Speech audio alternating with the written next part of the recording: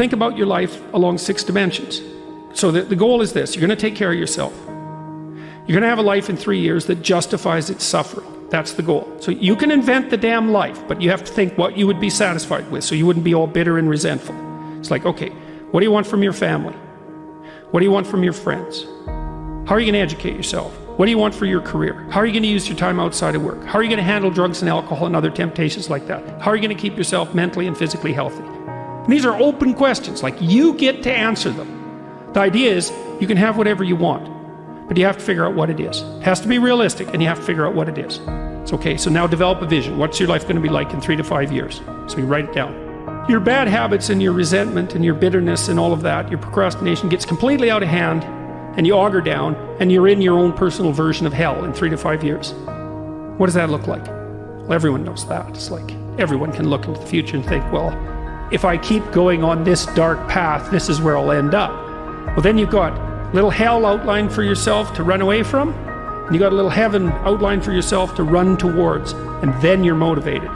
Because sometimes, you know, you're just hopeful. I would like a good thing to happen. It's like, yeah, but you know, I'd like to drink half a bottle of whiskey tonight too. It's like, so which is it going to be?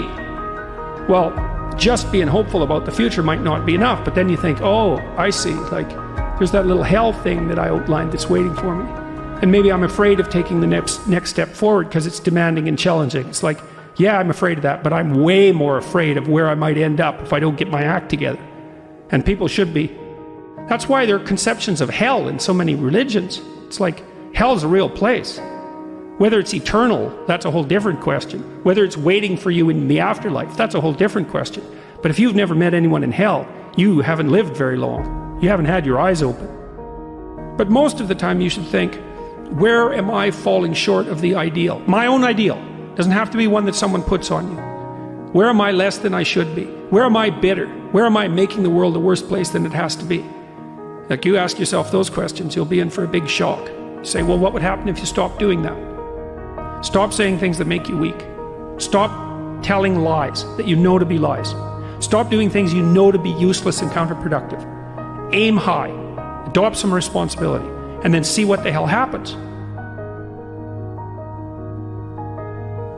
You want to lay your life out so that it's providing you what you need to not be bitter and to work for your best interests and for the interests of everyone else.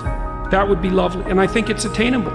And one of the things that I've also been telling people, informing people about, is the idea that life isn't a game. It's a series of games. And the right ethic is to be the winner of the series of games. And part of that means you have to learn how to be a good loser.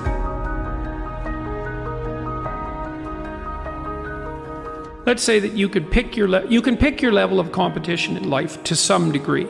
Okay, so let's say you pick a level of competition where you're always winning. It's like, well, all that means is you picked the wrong level of competition. Yes. To be a winner, you want to be disciplined, you want to know what you're doing, and then you want to be on the edge where your skills are being developed. And if you're going to be on the edge where your skills are going to be developed, you're at a place where losing is always a possibility. Because otherwise you're not pushing yourself beyond your current capacity. One of the things that I've outlined in 12 Rules for Life is a theory of meaning.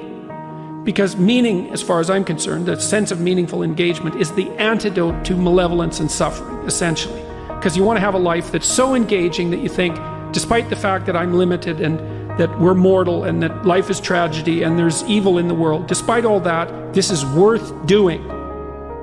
Life is suffering and betrayal in many senses of the word, but you can adopt a way of traversing through life that is more powerful than the tragedy and the malevolence. Get your act together. Stand up forthrightly. That's rule 1. Stand up straight with your shoulders back. There's a vulnerable position, right, because you're open. But it's a powerful position because it means that you're brave enough to take what's coming.